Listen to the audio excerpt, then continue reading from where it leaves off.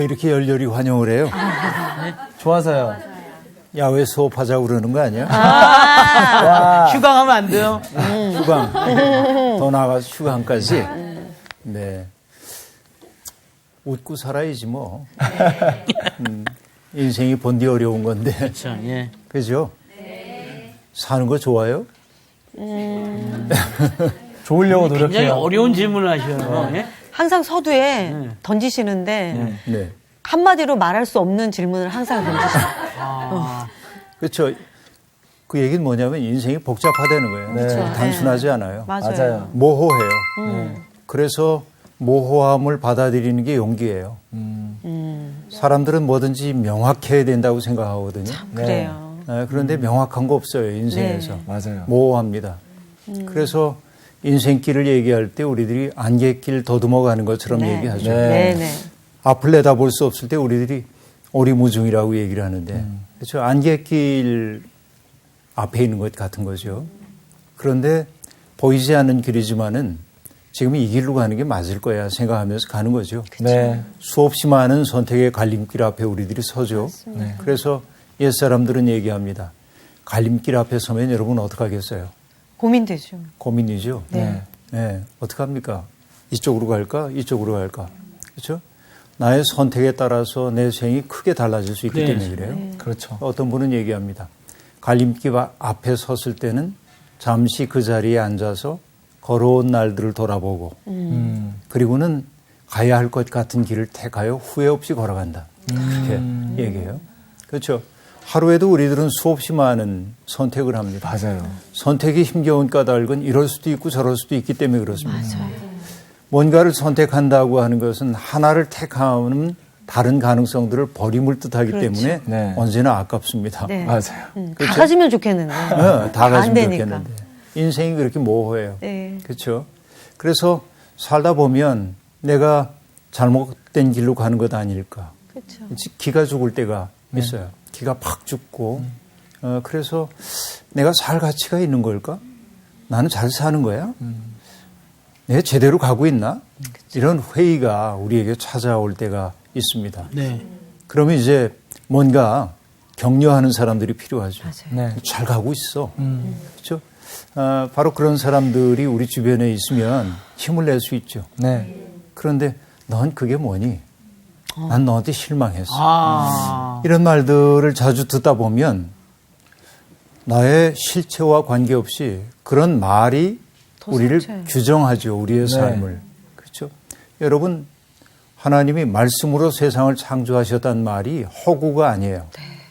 따지고 보면 누군가가 우리에게 들려주었던 긍정적인 말 한마디가 우리를 얼마나 행복하게 살도록 만들어요. 네. 근데 지나는 말로 툭 지나가듯이 내게 나쁜 말을 하면 그건 그 당시에 그 말을 했던 사람의 마음 상태를 나타낼 뿐인데 우린 그 말에 영향을 받아요. 그럼요. 그렇죠. 맞습니다. 예. 그러니까 여러분 어느 철학자는 언어를 존재의 집이라고 얘기했어요. 나의 존재가 그 언어를 통해 나타난다 하는 얘기죠. 네. 그래서 오늘 우리가 함께 생각해야 할 것은 정말로 내 생이 힘겹다고 느낄 때 희망을 어떻게 구성할 수 있을까? 이런 생각들을 한번 해볼까요? 네. 오늘 우리가 함께 볼 시편 86편입니다. 오늘 수업 시편 44강 은총의 표적을 내게 보이소서. 같이 읽어나가죠. 상훈 씨부터 시작할까요? 네. 네. 86편입니다.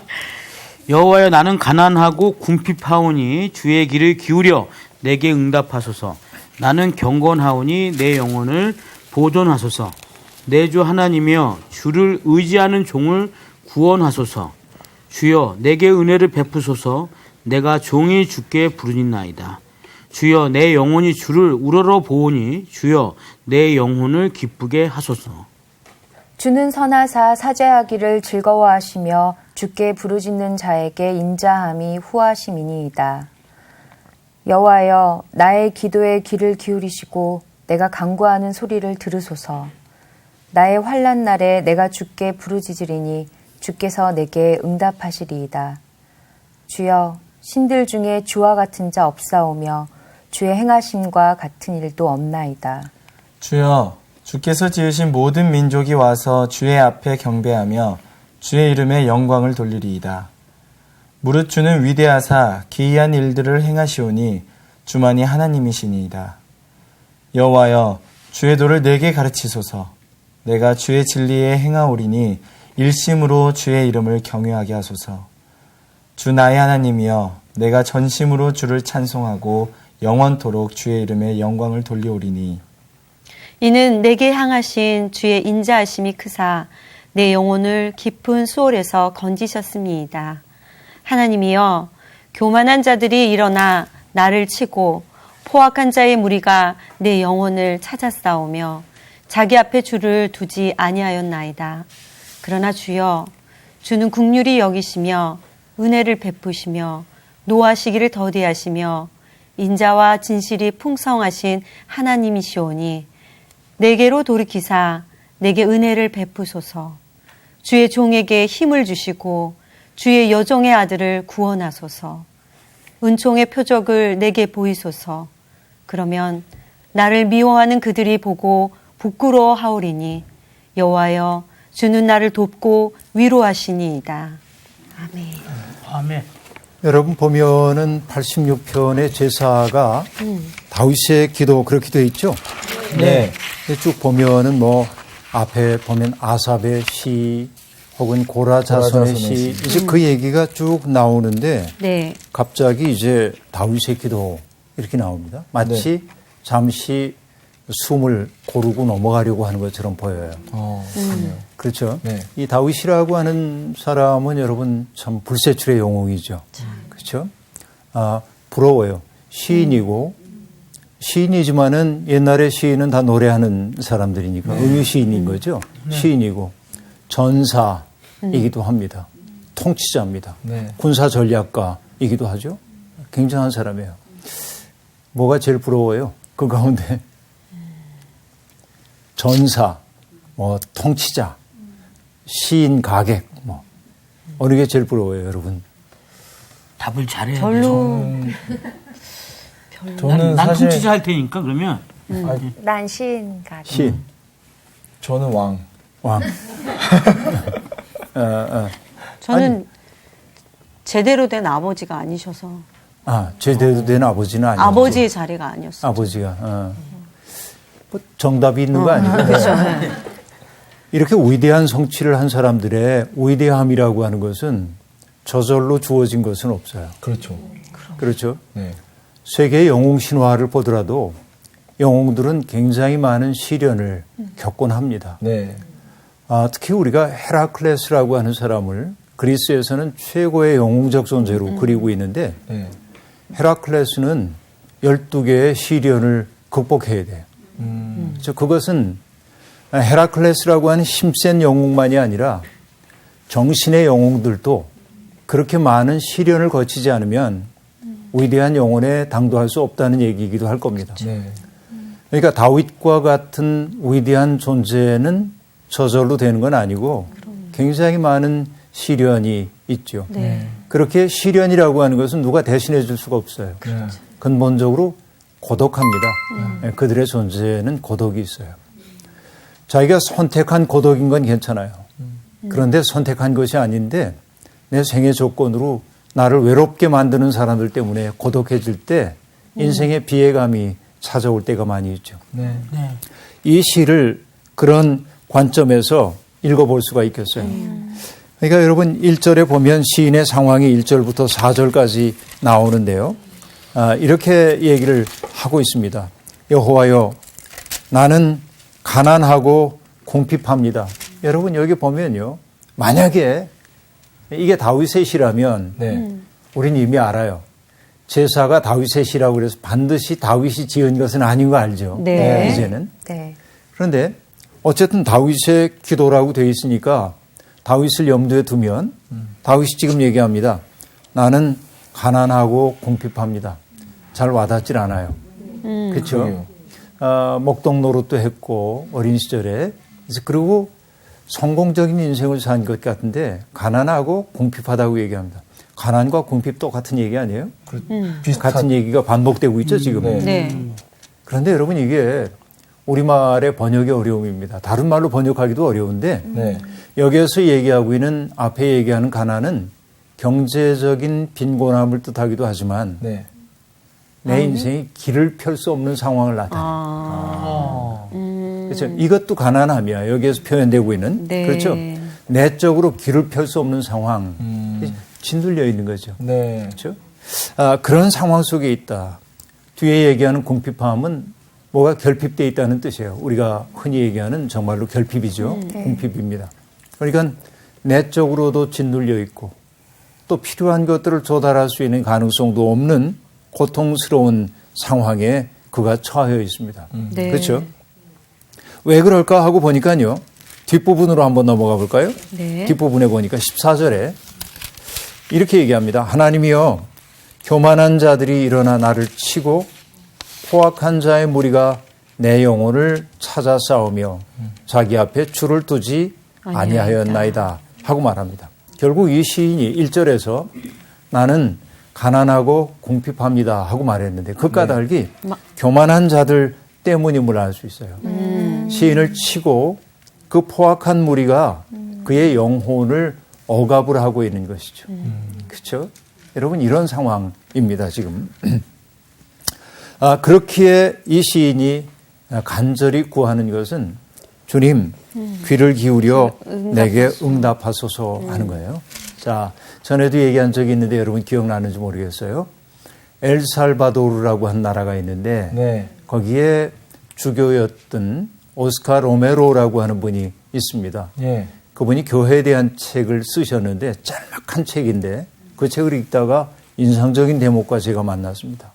초월이란 사방이 막혀 있을 때 하늘을 바라보는 것이다. 그런 말이 나와요. 여러분 우리도 살다 보면 그렇죠.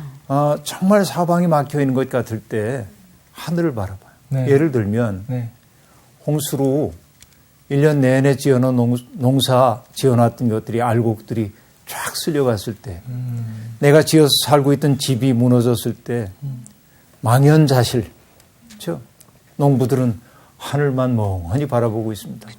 그렇죠? 그 멍한 그 시선을 우리 하나님은 기도로 들으시거든요. 그렇죠? 참 이게 기가 막힙니다. 왜 사람들의 시선이 고통스러울 때 하늘을 바라보는지 몰라요. 땅을 보고 한숨 쉬고 하늘 쳐다보고 그렇죠? 이런 제 상황이에요. 그런데 그냥 망연자실이 아니라 사방이 막혀 있는데 나의 길이 위에서부터 열린다고 생각하고 위를 바라보는 것이 초월이다. 여기는 막혀 있지만 위는 열려 있단 말이죠. 이렇게 이제 바라보고 있는 것이죠. 바로 이것이 위를 바라본다고 하는 것이 희망인데 지금 사방의 적들에 에워싸여가지고 가난하고 궁핍해진 시인이 이제는 내가 주님만 바라본다고 얘기해요. 주의 귀를 기울여 내게 응답하소서 하고 말합니다. 그리고 2절에 보니까요.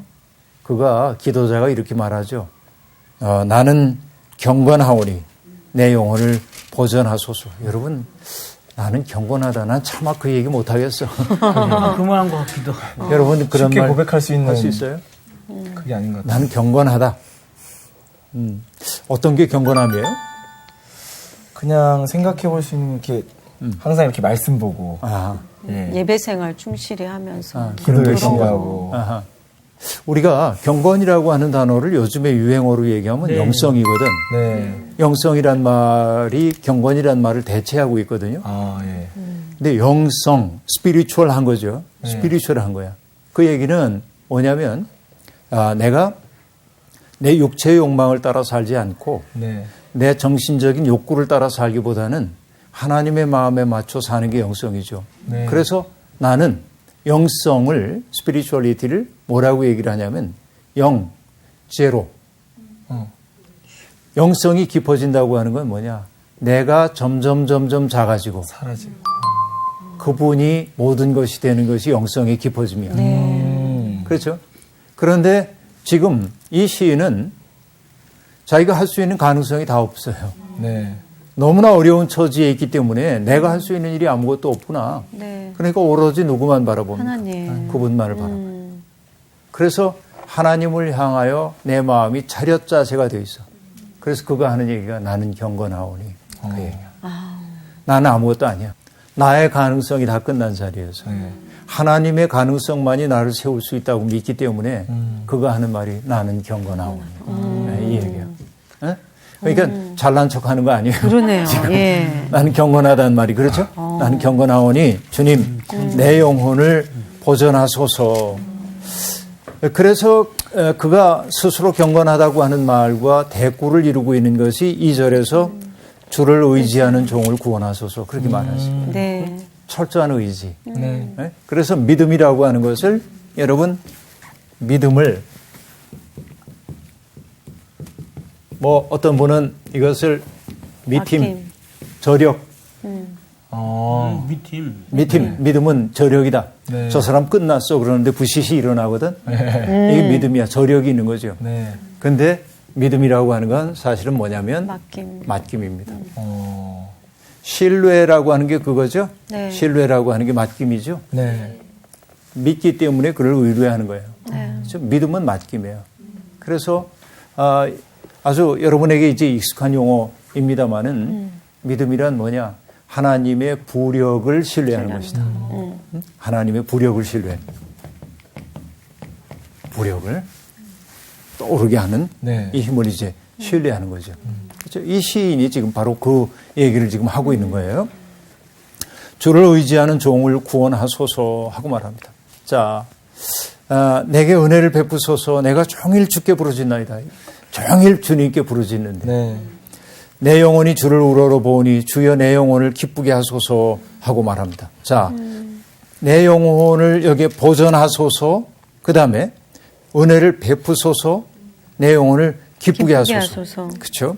이 모든 이야기가 내게 응답해달라고 하는 말하고 이제 걸려 있습니다. 그렇죠? 1절에 응답하소서가 어떻게 변주되고 있어요? 보존하소서, 구원하소서, 베푸소서 이런 말로 변주되고 있음을 우리들이 볼 수 있습니다. 자, 그가 하나님 앞에 내가 하나님을 의뢰합니다. 내가 이렇게 믿습니다 하고 얘기하는 까닭은 그가 지난날 경험했던 하나님에 대한 경험이 있기 때문이죠. 네. 그러면 그가 그동안 살아오는 동안 경험했던 하나님이 어떠한 분이신가를 볼까요? 5절부터 나오는 얘기죠. 네. 이렇게 얘기합니다. 주는 선하사 사죄하기를 즐거워하십니다. 자, 용서하기를 즐거워하시는 분이다. 이렇게 말하고 있네요.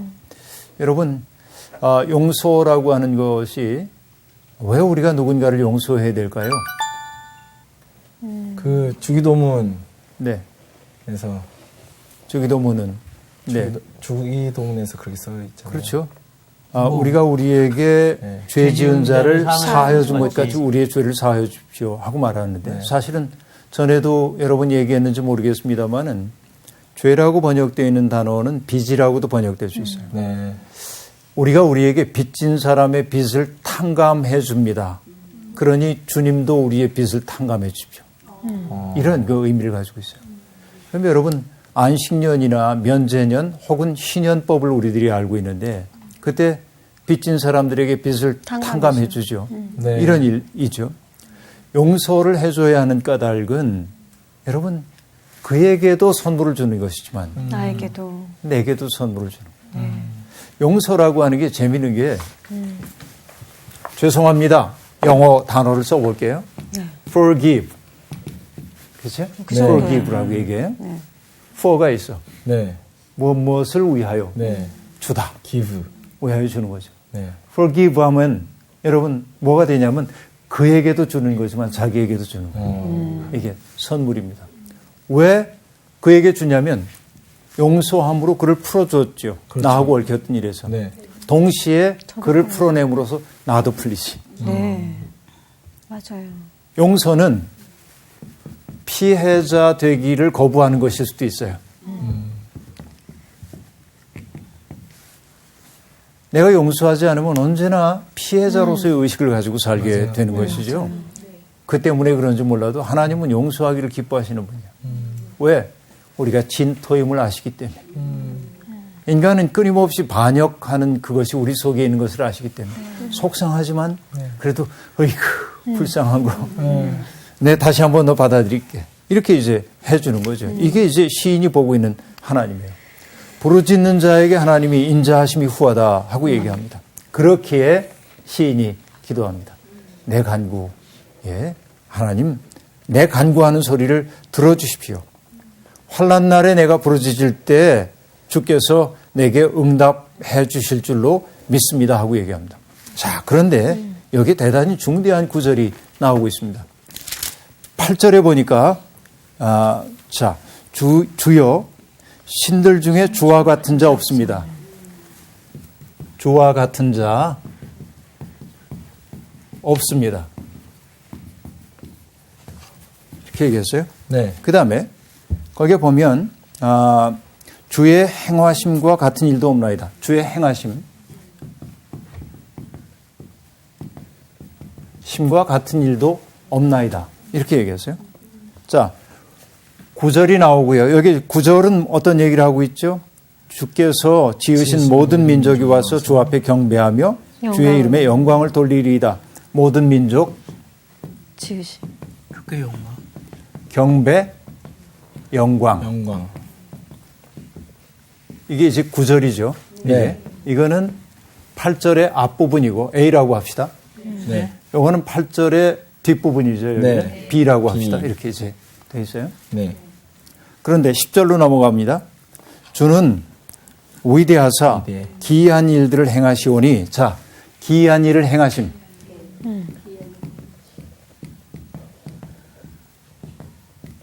지금 우리가 10절을 보고 있는데 요 행하심, 이게 행하심이 나오죠. 네. 그럼 여기는 이거 B라고 합시다. 예. B 다시. 이렇게. 네. 근데 그 다음에 뭐라고 얘기했어요? 주만이 하나님이십니다. 주만이 하나님. 주가 하나님이라는 건 뭐였죠? 주 같은 자 없나이다 이렇게 얘기했죠. 이게 A였어. 이렇게 돼 있죠. 교차 구조로 돼 있죠. 이렇게. 네. 요 구조를 경계로. 경계로 해서 예. 딱 엎어놓으면 맞죠 떨어지죠. 네. 예. 그런데 구조가 지금 어떻게 돼 있어요? AP. 주와 같은 자 없습니다. 그 근거가 뭐야? 주님의 행하심. 놀라워요. 그리고 기한 일. 모든 민족이 와서 경배하고 하나님께 영광 돌릴 겁니다. 한 말과 함께 기이한 일을 행하셨고 그래서 단정적으로 이제 얘기. 주만이 하나님이십니다. 이제. 자, 앞에서는 선언적으로 얘기를 했는데 네. 그 설명. 근거를 쭉 얘기한 다음에 주만이 하나님이십니다 하고 얘기했어요. 그 중간, 이 고백의 중간 속에 들어가고 있는 것이 바로 모든 민족 경배 영광이라고 한 말이죠. 네. 그러니까 이 시인은 이 하나님, 내가 믿고 의뢰하는 그 하나님이 어떤 존재인지에 대해서 얘기하고 싶어 하거든요. 네. 그렇게 해서 이 구절을 통해 이제 드러내고 있어요. 단정적으로 지금 얘기를 하고 있어요. 자, 그래서 교차 대꾸 구조로 되어 있는데 서로 확장되고 있음을 알 수 있어요. 똑같은 이 얘기를 반복하는 것처럼 보이지만 네. 바로 이 대목을 통해서 이 시구가 확장되어 나가죠. 이게 여러분 그 시의 아름다움입니다. 멋스러움이기도 합니다. 그러니까 더 확고한 고백으로 네. 이제 나아가고 있음을 우리들이 알 수 있습니다. 자, 그 하나님에 대해서 이제 알게 돼서 현실의 시인은 지금 어떻죠? 아까 얘기한 대로 힘들어요. 공핍합니다. 궁핍해요. 내적으로 눌려있는 상태이고 부족한 것이 많은 상태입니다. 네. 그러나 그는 진짜 가난하진 않아요. 뭐 때문에? 이런 걸 하나님을 알아요. 알고 있기 때문에. 예. 그렇죠? 그리고 그는 자기의 삶이 힘겹지만 힘겹습니다 하고 넘어진 것이 아니라 부르짖을 때 응답하시는 하나님에 대한 확신이 있어요. 네. 그 확신이 저렇게 강화된 형태로 고백됐죠. 예. 그러면 여러분 그 다음에 나와야 할 것은 뭘까요? 이제 11절부터 나오는 얘기인데 이제는 내가 이렇게 살아보겠습니다. 다짐. 네. 하나님이 어떤 분인지를 분명히 알았으니까 11절부터는 내가 이제 이렇게 살아보겠습니다 하고 말합니다. 자, 11절 보면요. 주여 주의 도를 내게 가르치소서. 그렇죠? 주님의 도를 진리를 혹은 길을 내게 가르쳐 주십시오. 네. 그다음에 내가 주의 진리에 행하오리니 11절에 여러분 행하오리니 네. 앞에서 행함 얘기 나왔는데 누가 했어? 앞에선 하나님. 행함의 주체가 하나님이었죠. 네. 그런데 지금 이 시인이 지금 뭐라고 얘기해요? 내가. 자기가 가르쳐 주시면은 내가 행하겠습니다. 네. 신앙생활이 뭔지가 드러났죠. 네. 하나님을 믿는다고 하는 것이 하나님이 물론 우리에게 많은 일들을 행해 주세요. 그런데 성숙한 믿음이란 뭐냐? 주님 가르쳐 주십시오. 내가 행하겠습니다. 순종의 준비가 됐네요. 네. 그렇죠? 이게 이제 중요한 거예요. 신앙이라고 하는 것은 의지만 하는 게 아니야. 네. 아까 우리가 그 하나님께 나를 맡기고 네. 의지하는 것이 믿음이라고 얘기를 했는데 네. 그 다음에는 뭐냐면은 신앙이라고 하는 것은 1차적으로는 의지하는 거예요. 그러나 2차적으로는 뭐냐면 독립하는 거. 그쵸. 하나님에게 다 해달라고 하네. 네. 내가 마땅히 가야 할 길 가르치소서. 네. 이제는 내가 행하겠습니다. 여러분 지금 한국교회 가장 부족한 부분이 이 대목입니다. 여러분 나도 자식을 키워봐서 알지만 자식들이 뭔가를 요구할 때 기뻐요. 예를 들어서 가족 얘기인데 내 딸이 아이를 낳았는데 아이를 낳고 이제 조금 됐어요. 어느 날 전화해. 아빠 저녁 사주실 거예요? 내가 사준다고 했나? 사주실 거예요? 그렇죠. 네. 그럼 여러분 아빠가 네. 내가 너한테 왜 사줘? 그렇지 않죠. 그러지 않잖아요. 네. 그런 분도 계시던데. 그런 분이 있도록. 예. 근데 난 너무 좋은 거야. 딸이 어떤 때 그러죠. 쟤가 뭔데 나한테 사달라고 그래. 그런 생각 들 수 있지. 근데 아니야. 요구받는다는 게 너무 행복한 거야. 네. 그렇죠. 이게 의지하는 거예요. 그것은 아빠 저녁 사주실래요? 이것은요. 먹고 싶다는 것보다는 아버지하고 함께 하고 싶다는 그쵸. 거예요. 아, 그렇죠. 네. 그렇잖아요. 그러니 얼마나 고마워. 예. 그렇죠? 고마워. 그런데 늘 그 아이가 자기 일 해결 못하고 아빠 이런 문제가 있어요. 해결해 주세요. 이거 해주세요. 그러면요. 그렇죠. 그거 행복해요? 안 해요? 안 해요. 행복할 수가 없지. 네. 하나님은 우리가 당신을 의지하는 것도 기뻐하지만 독립하는 거 더 좋아하죠. 이거를 우리는 뭐라고 하냐면 성숙한 신앙이에요. 네? 성숙해져야 돼. 네. 맞아요. 무르익어야 돼. 이게 무르익어야 돼. 무르익음. 독립. 무르익은 신앙으로 가야 돼. 이 시인이 그래요. 하나님이 누군지를 분명히 알고 났더니 네. 그 다음에 하는 얘기가 주의 도를 내게 가르치소서. 내가 주의 진리에 행하리오리니 일심으로 주의 이름을 경외하게 하소서. 응? 내 마음이 일심이니까 나뉘어지지 않는 거죠. 그렇죠? 그 마음 가지고 주님의 뜻을 내가 행하게 해달라. 그래서 그렇게 말하면 12절에 그가 뭐라고 얘기를 하고 있나요? 주 나의 하나님이여 내가 전심으로 주를 찬송하고 영원토록 주의 이름에 영광을 돌려오리니 나를 향한 주의 인자하심이 크셔서 내 영혼을 수월에서 건지셨음이니이다. 이렇게 이제 얘기를 하고 있습니다. 수월에서 건지셨대. 자, 그런데 여러분 보면요. 이 시인이 지금 너무 힘겹죠. 여전히. 힘겨워. 그런데 13절에 보니까 그 어려움으로부터 나를 이겨냈어요. 건져달라고 앞에서 간절히 기도했거든. 네. 예. 13절에 시제를 보세요. 시제. 근데 건지셨어요. 건지셨음이니이다. 완료됐어요. 완료 시제를 네. 쓰고 있어요. 그러네요. 믿음이란 그렇게 바로 되는 이런 거죠. 것입니다. 이루어진 줄로 믿는 거예요. 아, 그렇죠. 그렇죠?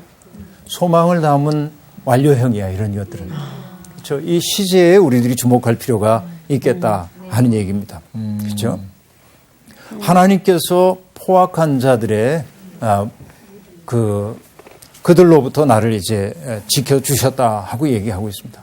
그러면서 여러분 15절부터 또다시 반복되고 있는데요.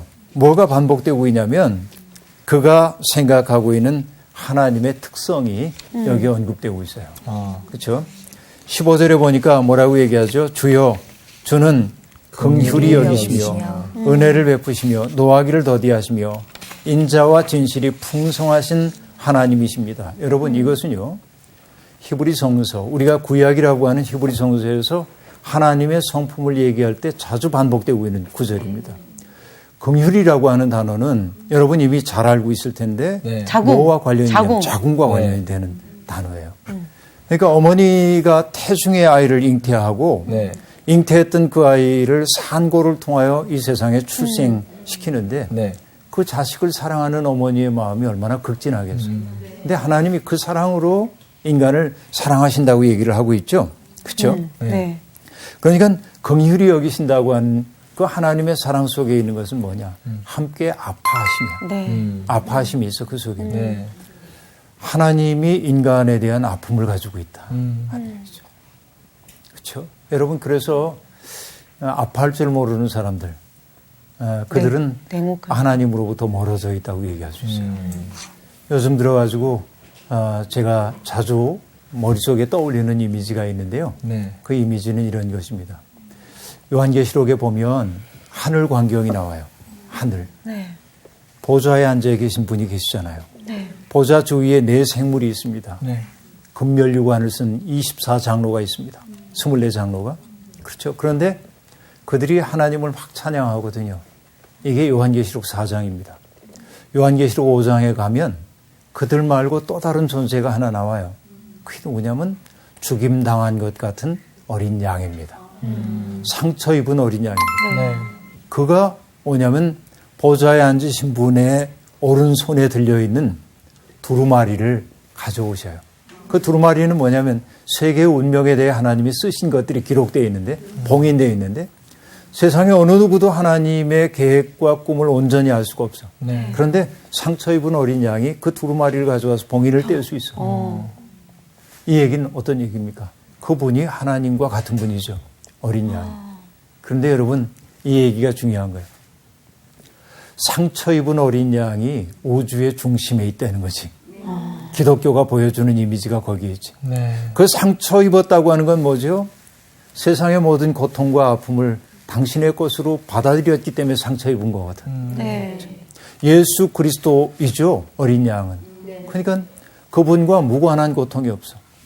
그러면 이 세상에 있는 모든 고통, 이 세상에 있는 모든 외로움은 그분과 무관한 게 없거든요. 그러면 여러분 세상에 만연해 있는 그 고통 때문에 그분이 아파하시는데 내 마음 아프지 않아.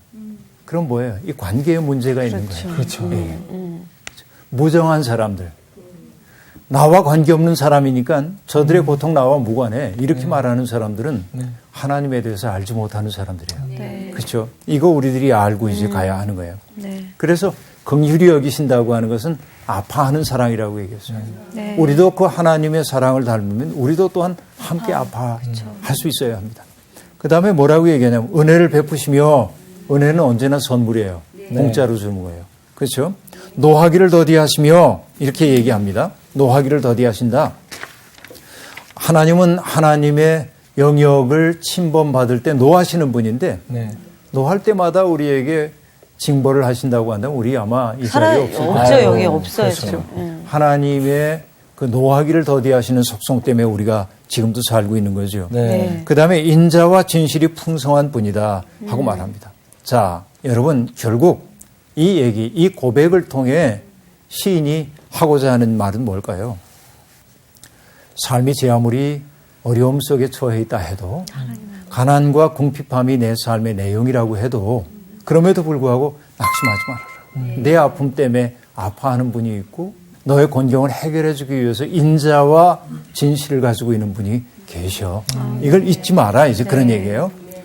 그 하나님을 향해서 이 시인이 16절에 보니까 내게로 돌이키사 내게 은혜를 베푸소서.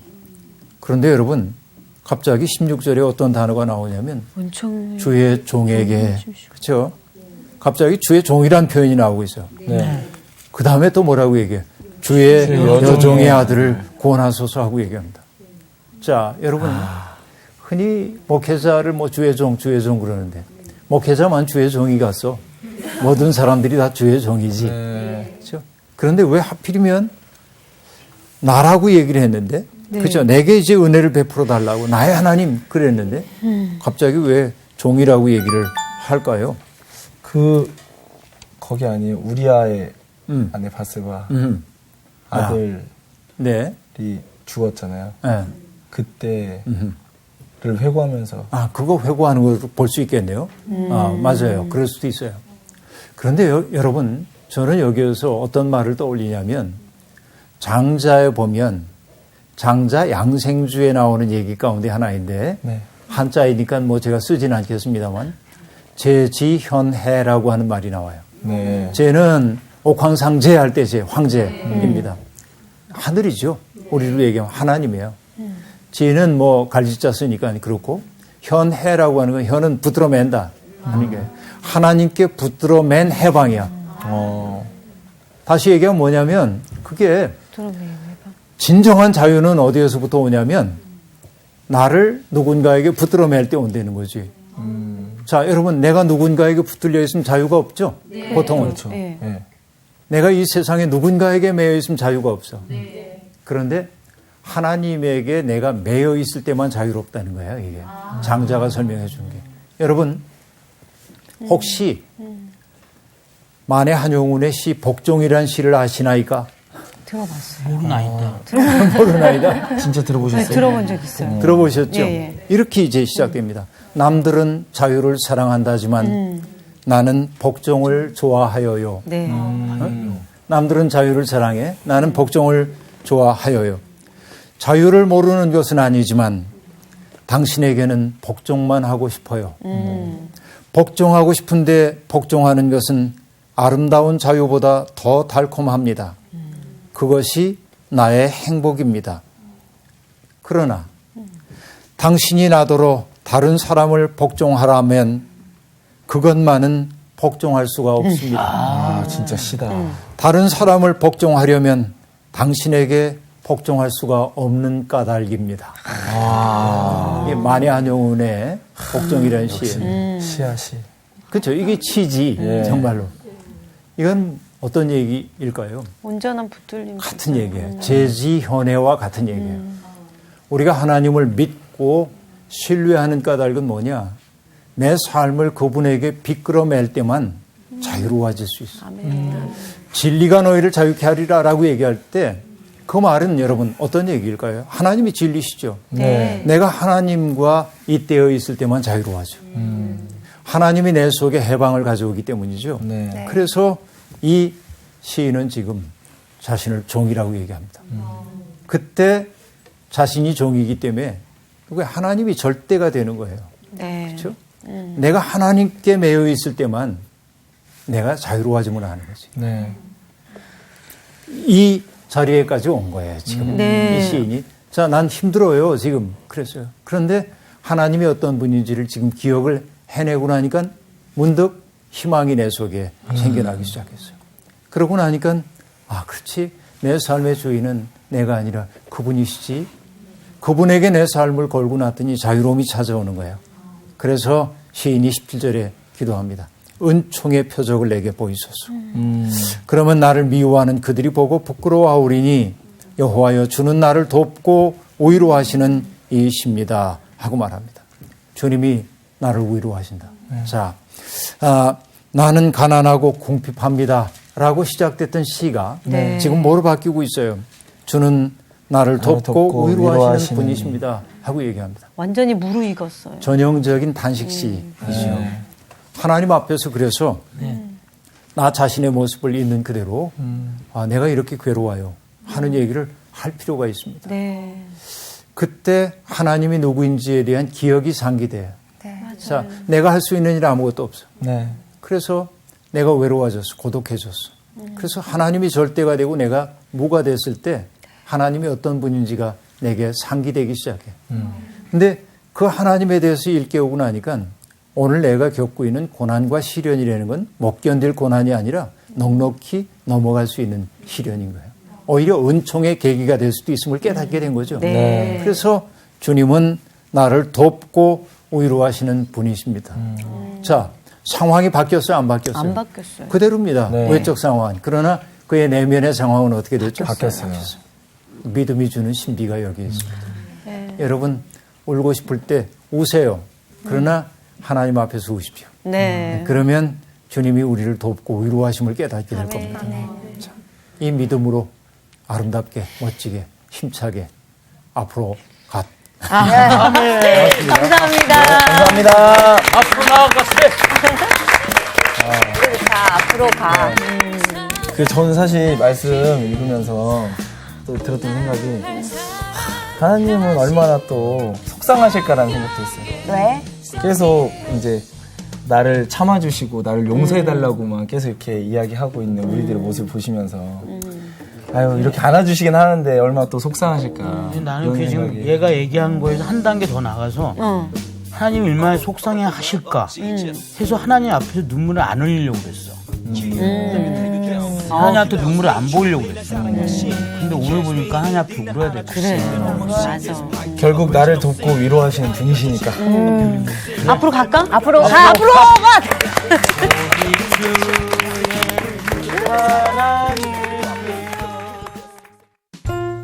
기쁜 성탄을 맞아 성서학당에서 시청자 여러분께 정성스러운 성탄 선물을 준비했습니다. 은혜로운 찬양과 다양한 퍼포먼스 그리고 강의가 함께하는 특별한 무대. 방청을 원하시는 분은 시청자 게시판에 성함과 연락처를 꼭 남겨주세요. 이번 주 퀴즈입니다. 사도행전의 저자가 밝힌 사도행전의 수신인은 누구인가요? 1번 로마인, 2번 불신자, 3번 데오빌로. 정답을 아시는 분은 CBS 성서학당 홈페이지에 정답을 올려주시거나 우편으로 보내주시면 됩니다. 보내실 곳은 서울특별시 양천구 목동 서로 159의 1번지 CBS 성서학당 담당자 앞입니다. 연락처를 꼭 남겨주세요. 선정되신 분들에게는 대한성서공회에서 성경, 송태근 선생님의 내가 어디 있느냐, 하나님이 꿈꾸는 교회, 김기석 선생님의 오래된 새길, 신혜인 선생님의 땅과 하늘의 갈림길에서 가운데 하나를 드립니다.